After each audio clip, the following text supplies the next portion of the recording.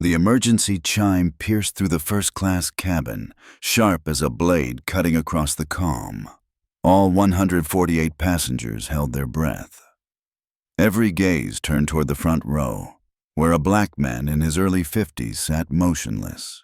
He did not move, not even when the intercom summoned the captain, not even under the suspicious stare of the flight attendant fixed on him. That man was Jonathan Reed, 52.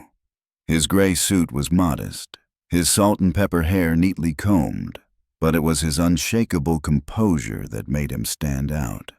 To many, he seemed just another passenger with a touch of elegance, yet not someone who belonged in seat 2A, a seat often associated with wealthy white businessmen.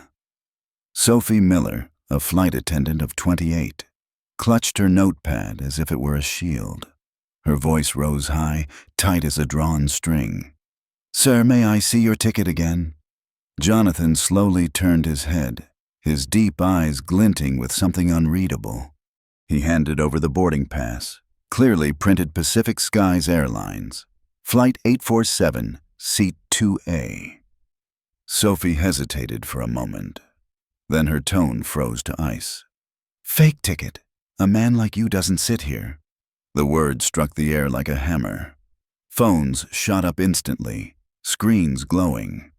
A young woman in the back, Emma Collins, started a live stream. Within seconds, thousands tuned in. Comments poured in, "This is blatant racism." "Zoom in on the attendant's face." Jonathan remained silent. On his wrist, a Patek Philippe caught the cabin light with a faint flash. A faint smile brushed his lips, a smile that sent a chill down Sophie's spine. Not mocking, not defiant, but the smile of someone who already knew what was coming. Across the aisle, a middle-aged businessman checked his watch impatiently and sighed. A young couple avoided Jonathan's eyes, whispering as if afraid of being dragged into trouble. From seat 4A, a teenager raised his phone higher, his eyes wide as the live stream views surged. The tension was so thick even the wailing baby from earlier had gone quiet. Sophie bit her lip and turned to the cabin. "He's delaying the flight. If he won't leave his seat, I'll call the captain." At that moment, Jonathan pressed his hands together on his lap. From his jacket pocket, his phone buzzed lightly. A message lit up. "Everything is ready, sir. We await your signal. The sender legal team." Sophie did not see. Neither did the passengers.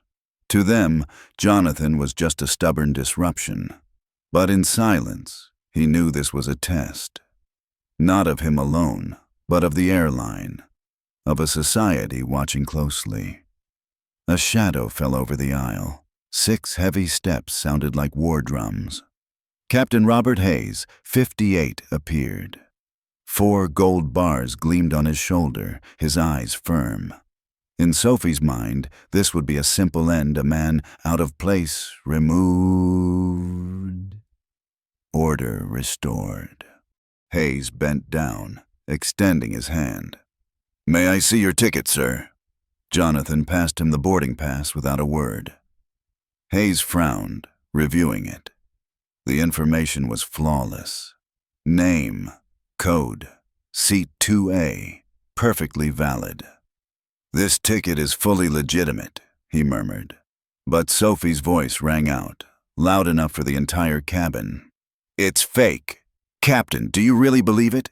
A man like that, how could he be in first class?" The cabin fell into a deathly silence. Tens of thousands of viewers on the live stream froze, eyes glued to the feed. Emma typed furiously. "Did she just say that? This is open discrimination!" Hayes' chest tightened. He had never seen Sophie shake like this, but the words she had spoken were far too dangerous. He felt it in his bones. A tidal wave was about to break. Jonathan lifted his head. For the first time since boarding, he spoke. His voice was deep, slow, each word striking clear. "A man like me." The question dropped. cold as a knife driven into every heart in the cabin. Sophie froze. Hayes was speechless, and tens of thousands online fixed their eyes on the quiet man in seat 2A. In the flickering cabin light, the image etched deep, a man judged, dismissed, doubted. Yet his gaze glowed as though he was waiting for the moment to turn everything upside down. The first-class cabin felt as though the air had been sucked out. Jonathan Reed sat upright, his gaze turned toward the window, yet every sense in his body was taut like a drawn string. Outside, the airplane's wing shivered lightly in the midday sun. But inside, a storm was gathering. Captain Robert Hayes looked at the ticket once more. Every detail was valid. There was no room for doubt. Yet in his ear, Sophie Miller's voice hissed, trembling but stubborn. "This has to be a fake ticket. Look at him, Captain. A man like that could never afford first class." Her words, though whispered, crashed like thunder in the minds of dozens of passengers. An elderly man frowned. A young mother clutched her child tighter. Everyone knew, once those words escaped, they could not be taken back. And Emma Collins's live stream had just passed 12,000 viewers. Comments rolled in like waves. "Zoom closer!" "She just said the unthinkable." Hayes swallowed hard. In over 20 years of flying, he had dealt with engine fires, propeller failures, even sudden storms. But never had his hands sweated like this. Jonathan turned back to face Sophie. He did not raise his voice. Instead, it dropped lower, steady, and resonant like the chime of a clock. "Do you know what Federal Aviation Regulation 91.1 stipulates?" For a moment, Sophie froze. She blinked, completely lost. Hayes stiffened. Very few passengers ever quoted that regulation. It was the clause on conduct, on the limits of crew authority when handling disturbances. Only those in the industry, aviation lawyers, or people at the highest levels would invoke it. Murmurs spread through the cabin. Emma whispered into her camera, "He just quoted the law. This man is not ordinary." Views soared past 18,000. Jonathan drew a deep breath, his shoulders trembling slightly, but his gaze steady. He shifted his wrist, light flashing off his Patek Philippe. "If a captain or attendant attempts to forcibly remove a passenger with a valid ticket," he said, each word sharp, "that action may be considered unlawful detention." The words struck like a hammer. The cabin froze. Passengers held their breath. Mark, a businessman in 1C, dropped his magazine onto the table, eyes wide. Hayes faltered, his heart pounding.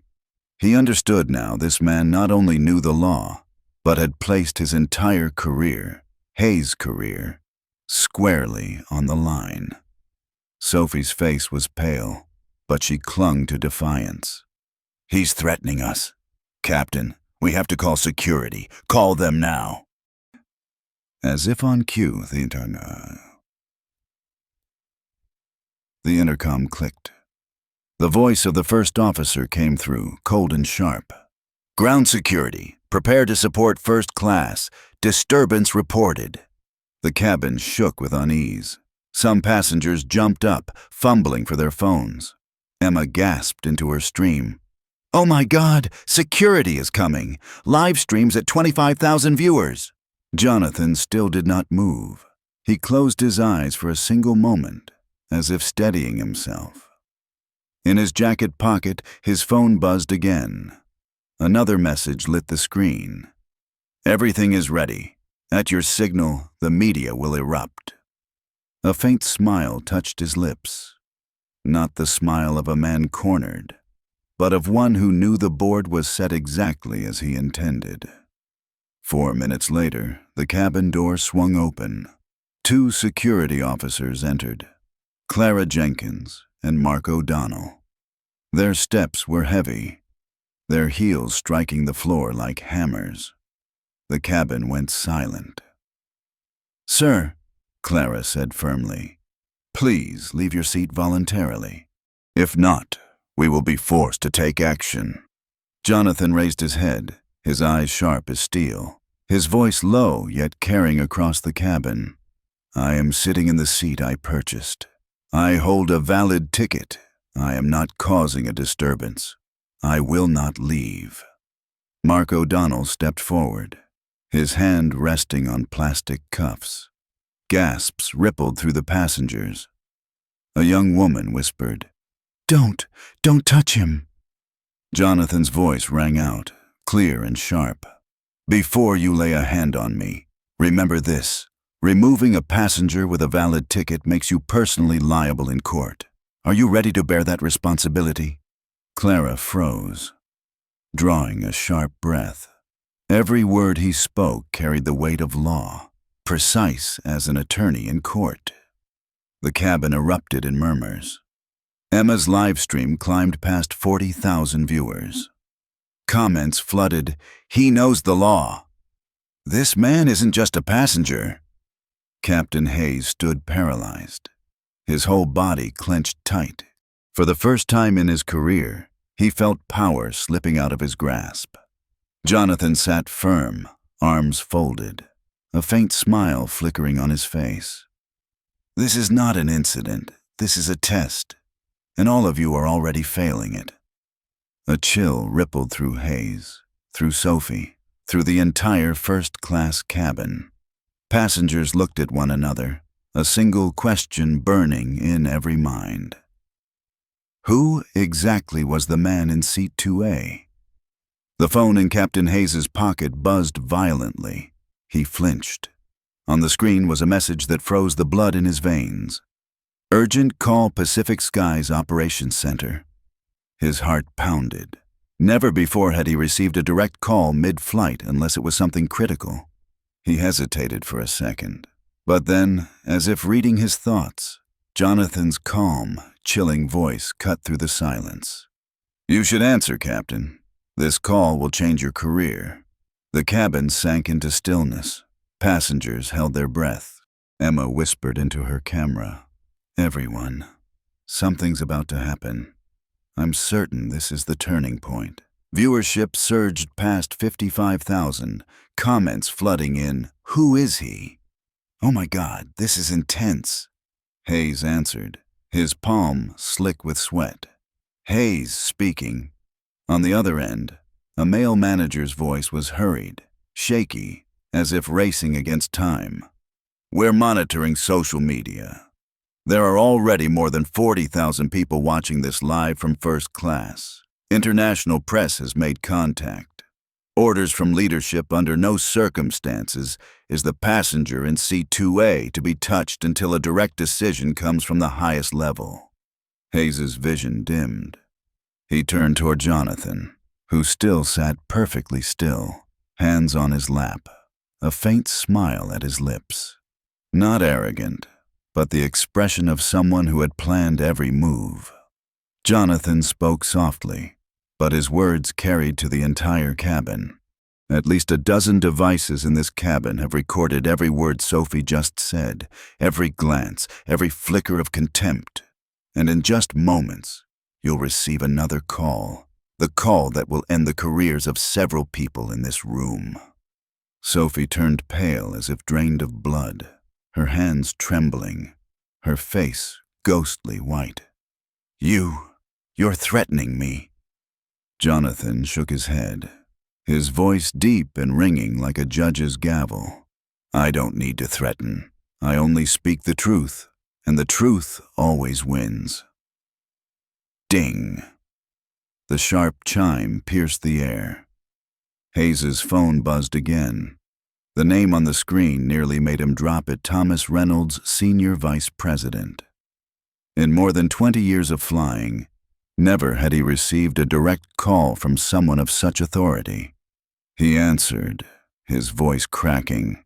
"Sir, I'm in the middle of handling." The voice cut him off, each word deliberate and unyielding. "Captain Hayes, no one is to touch the passenger in seat 2A. We are monitoring live. All decisions now come from executive level. Is that clear?" Hayes swallowed hard, sweat trickling down his neck. "Yes, sir."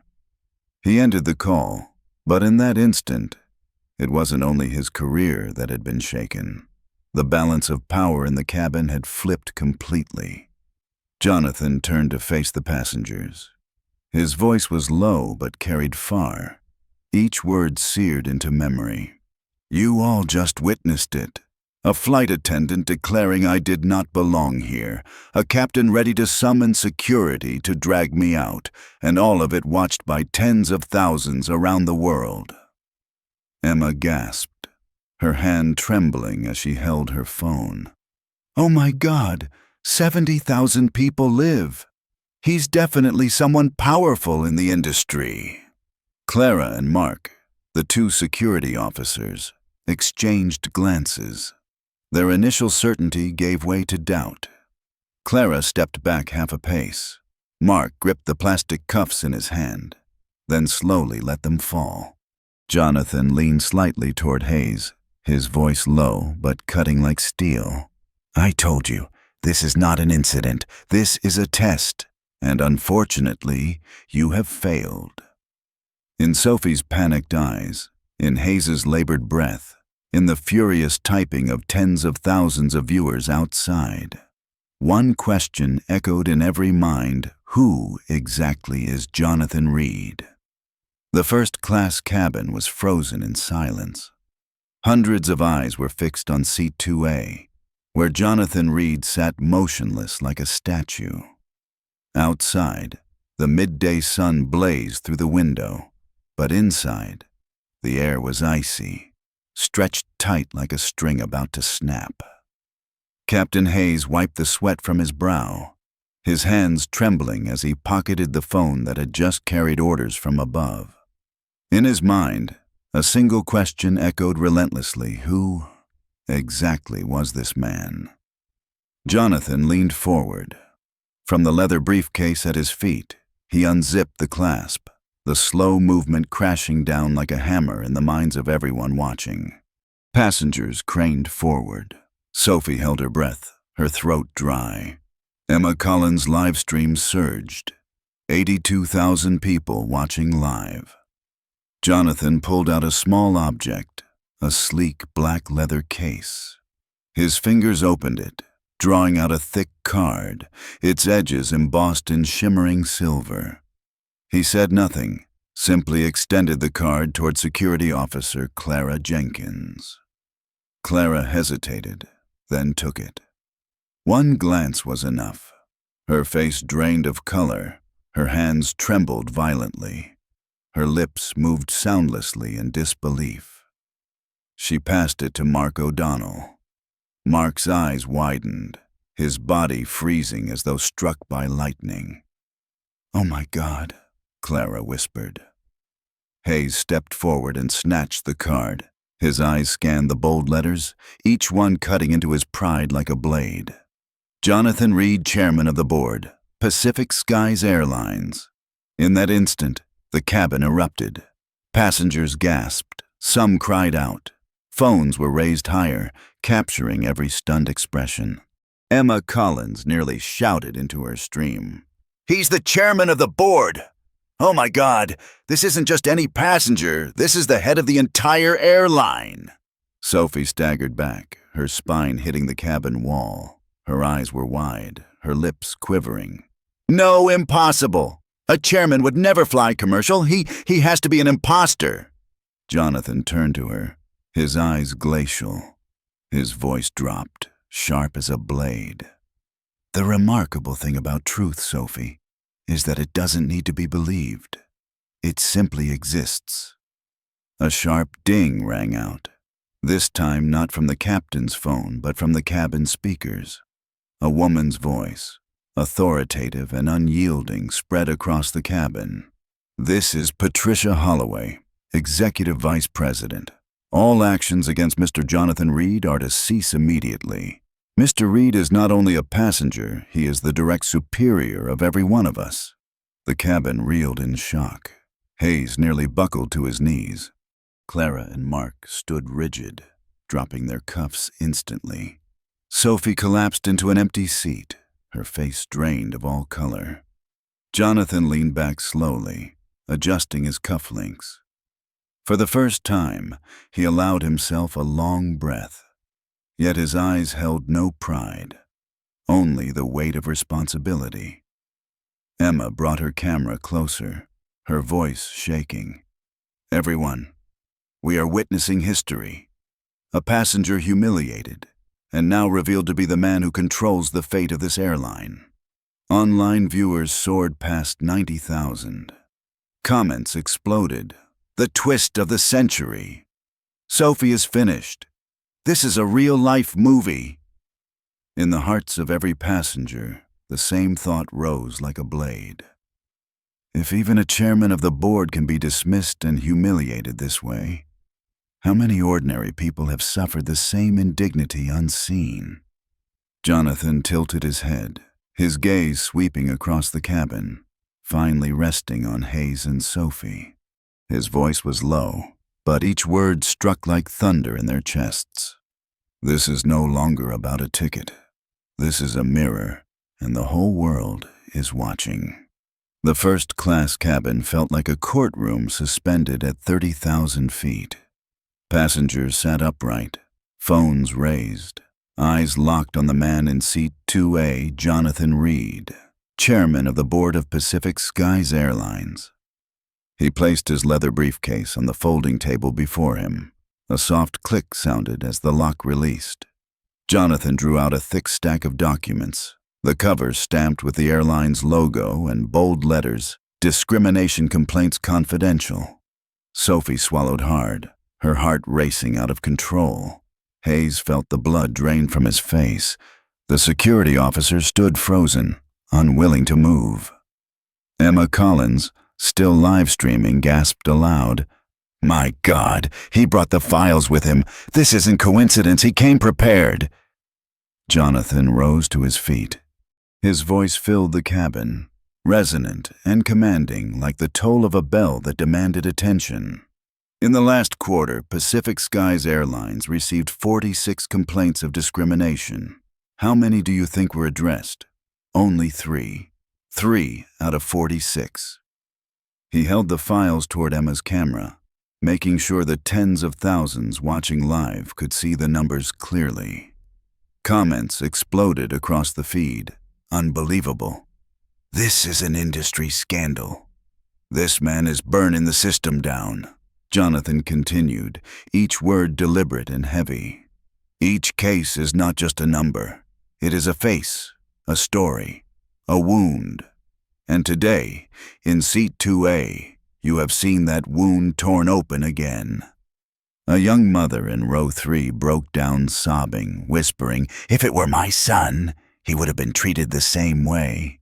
A middle-aged man in 1C gasped, murmuring, "We are sitting inside a storm of history." Jonathan slammed the stack of documents onto the table, the sound ringing like a judge's gavel. This is not an individual mistake.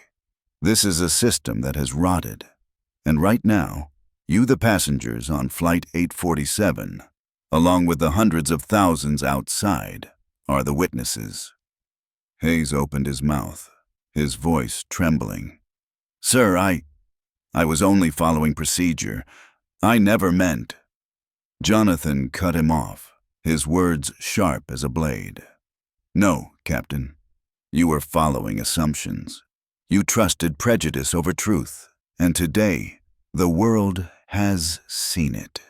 Sophie collapsed into her seat, mascara streaking down her face. I didn't mean. I just thought."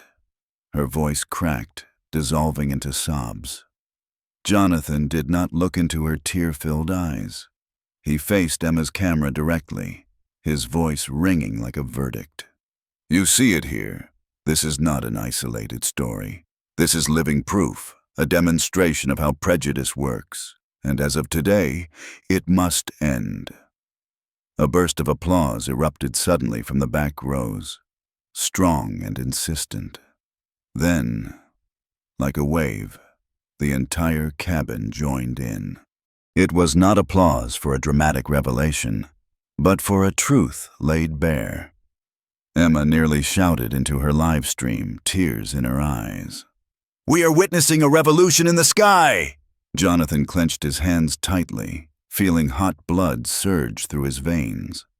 He knew Seat 2A had become a witness stand, and he, once dismissed, was now transforming humiliation into the beginning of a reform that could not be undone. The first-class cabin was silent after the thunder of applause. Only the steady roar of the engines outside and the pounding heartbeats of those involved filled the air. Jonathan Reed stood tall, his gaze sweeping across the cabin, his shoulders straight like a mast in a storm. He drew a deep breath and tapped the folding table 3 times, each sharp strike like a judge's gavel.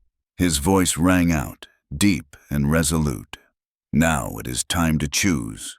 Right here, right now." Passengers shivered. Phones pointed directly at him. The live stream had surged past 110,000 viewers. Comments poured in, "He's about to deliver judgment. Don't let them off." Jonathan turned, fixing his eyes on Captain Hayes. His gaze pierced through the hardened mask of a man who had held the controls for over 20 years. "You have 2 choices, Hayes. 1, stand up, admit your mistake, and take responsibility in front of every witness here and the hundreds of thousands watching outside. 2, remain silent and wait for your dismissal the moment this plane lands." The cabin froze. Hayes swallowed hard, his throat dry. In his mind, an image of his own mixed-race son flashed before him. If one day that boy were forced from his seat because of his skin color, how would he feel? The thought struck him like a hammer to the chest. He trembled. His eyes lowered. His voice rasped, drained of strength. I was wrong. I trusted the baseless report of a flight attendant instead of verifying myself. I acted on prejudice, not on truth, and I take responsibility. A wave of murmurs rippled through the cabin. Passengers whispered to each other. Emma nearly shouted into her camera. "He confessed! The captain just admitted it in front of the whole world!" Jonathan did not nod, did not praise. His eyes shifted to Sophie Miller. The young flight attendant sat hunched in an empty seat, mascara streaking down her face like black shadows bleeding from her eyes. "And you," Jonathan said, his voice lower, slower, cutting into her like a blade. "I want the truth, not excuses, not procedure. The truth." Sophie buried her face in her hands. Her entire body shook. Every eye in the cabin bore down on her. The pressure of tens of thousands watching through live stream pressed heavily on her shoulders. Her voice cracked. "I looked at you, and I assumed you did not belong in first class. I said those cruel words. I was wrong. I'm sorry." A shockwave swept the cabin. Some passengers nodded. Others exhaled deeply, and Emma exclaimed into her feed, "My God, she confessed too! A public confession in the sky!" Jonathan held his gaze on Sophie for several more seconds, letting the silence tighten like a noose. Then he turned toward Emma's camera, his voice carrying like a verdict. "You heard it yourselves. This is not a minor incident. This is living proof of how prejudice seeps into every decision, every glance, every word, and today it has been exposed." The live stream soared past 130,000 viewers. Comments exploded. "History in the making. A lesson for the entire industry. This is true justice." Jonathan crossed his arms, his eyes blazing. He did not need to shout. With a single line, deep and commanding, he declared, "Apologies are the first step, but apologies alone are never enough." The first-class cabin fell into absolute silence. Everyone knew his next words would be the final judgment. The first-class cabin was so silent that everyone could hear the pounding of their own hearts.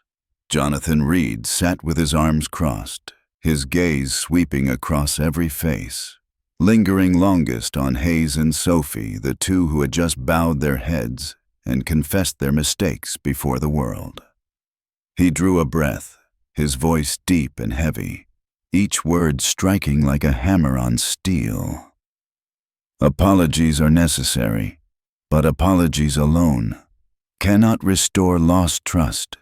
You must pay the price, and that price will not be with tears. Hayes trembled. Never before had he felt fear like this, not in storms or with engines on fire, but under the gaze of the man he had so carelessly dismissed. Sophie sat with her head bowed, her mascara streaked into dark, mournful lines. Jonathan stepped forward, his voice suddenly surging, thunderous. From today, you will become living lessons. You will walk through every training center, stand before thousands of new employees, and recount this humiliation in detail. Not to salvage your careers, but to repair them. To make every person, every employee remember that a single wrong look, a single contemptuous word, can destroy an entire airline. The cabin stirred. A few passengers nodded in agreement. A woman whispered to her husband, "Yes, this punishment is more fitting than any court sentence." Hayes lowered his head, his voice hoarse. "If that is the only way to atone, I accept." Sophie lifted her eyes, red and swollen, her voice trembling. I will do it. I will tell my mistake so that no one else repeats it." Jonathan was silent for a few seconds. Then he turned to Emma Collins's camera, his voice steady and commanding, sending a message to the hundreds of thousands watching live. "Do you see? This is not just an apology. This is a commitment to turn humiliation into a lesson. And from this day on, every passenger, every employee in the airline industry will remember the lesson of Seat 2A. The live stream exploded. Viewers soared past 150,000. Comments cascaded, "This is true justice!" He turned their mistakes into a force for reform. Seat 2A history. Jonathan returned to his seat, his back straight, his eyes burning with the fire of true leadership. He knew he had just transformed the first-class cabin into a courtroom of justice, a place where those who were wrong had to relearn their humanity, and where the entire world learned how to treat one another with respect. The cabin was thick with silence after the living verdict Jonathan Reed had just delivered. Passengers sat frozen, afraid to break the weight of history pressing down on the moment. Amid the steady roar of the engines, suddenly, ding! The intercom crackled to life.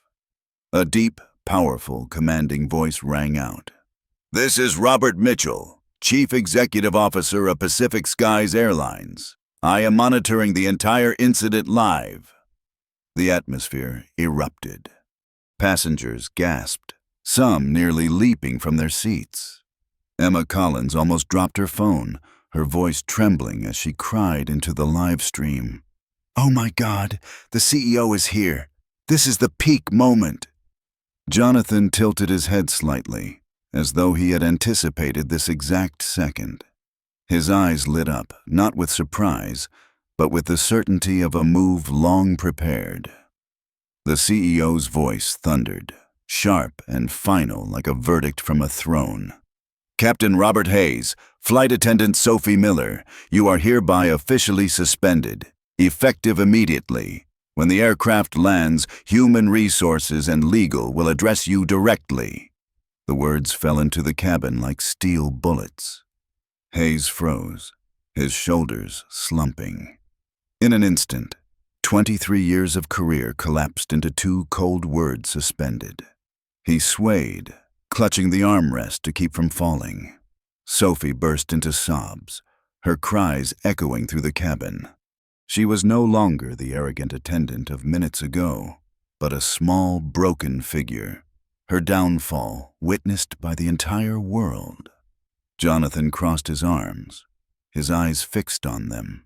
His voice cut through the silence, deep and clear, sharp as a blade.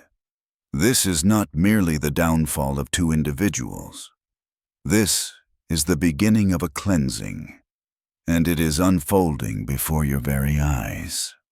Passengers turned to one another.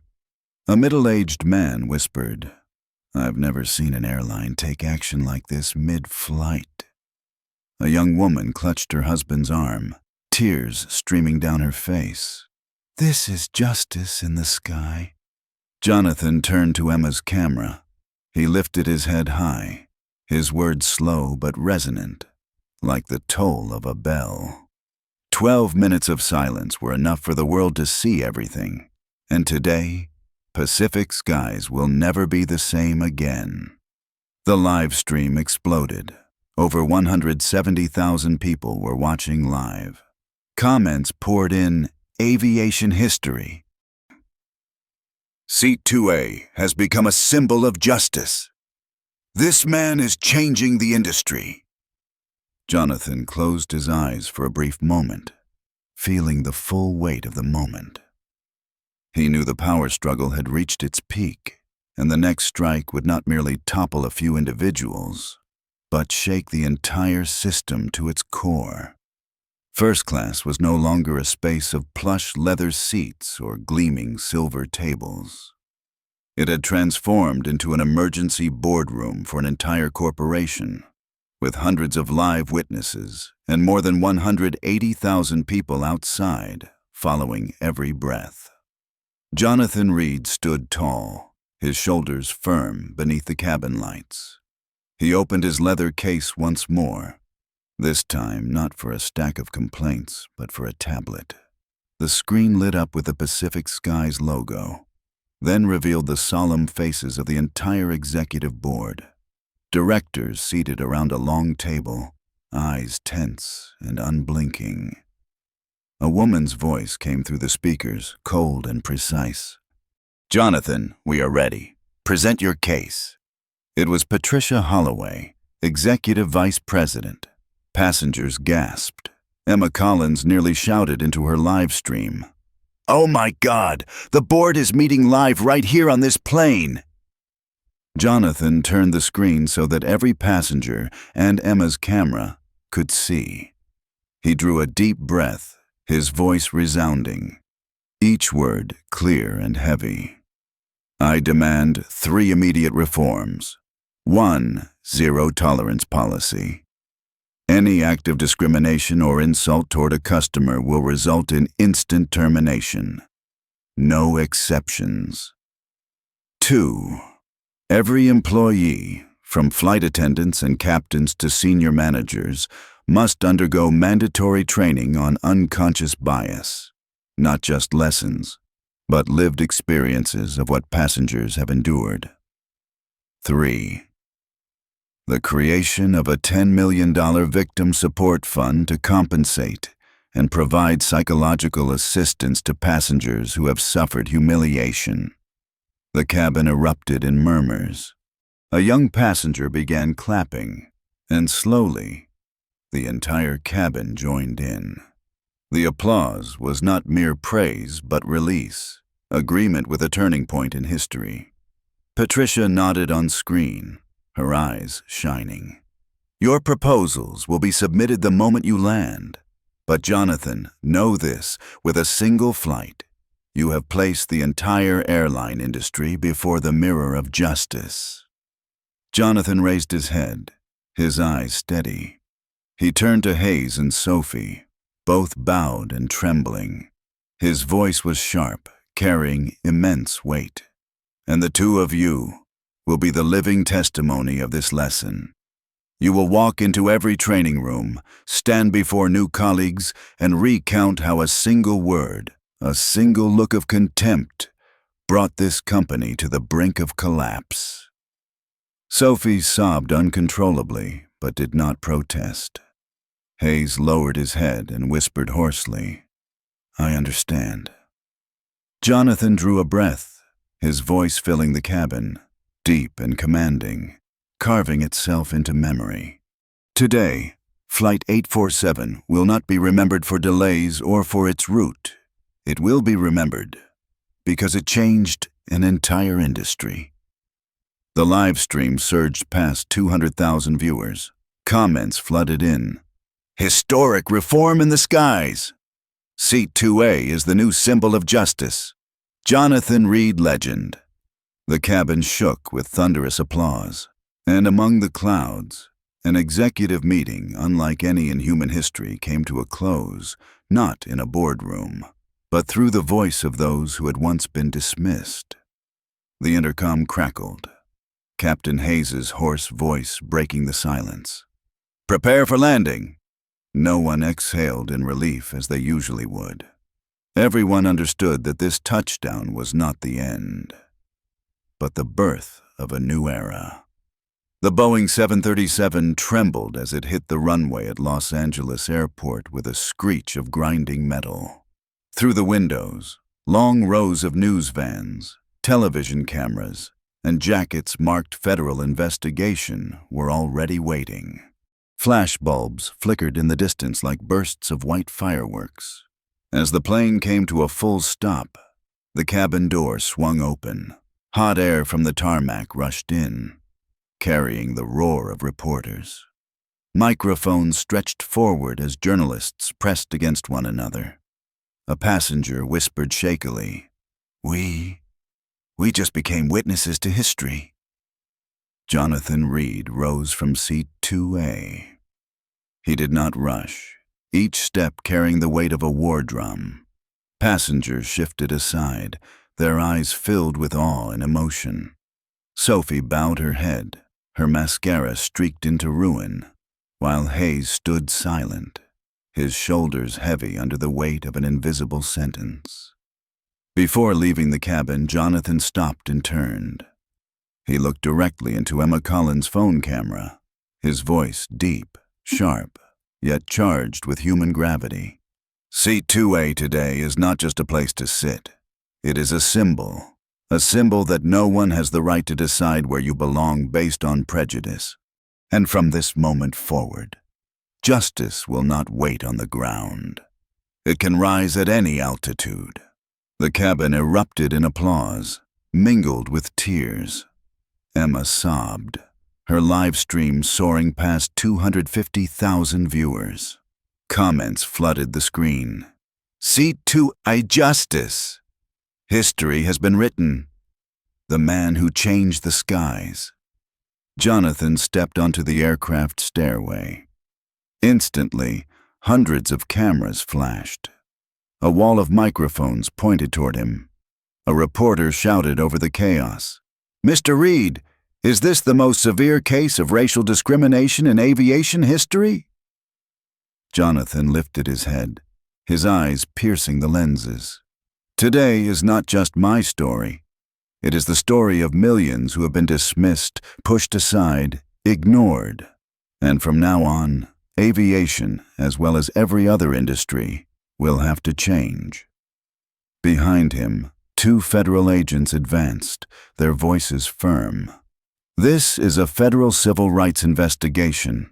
All witnesses prepare to give statements. A shockwave rippled through the crowd. Seat 2A, once just a number on a boarding pass, had become a global rallying cry. Hashtags C2A and Justice. In the Sky ignited across social media, climbing to the #1 spot worldwide in minutes. Jonathan stood at the center of the media storm, his face free of arrogance or anger, only the steady resolve of a man who understood the immense weight of responsibility on his shoulders.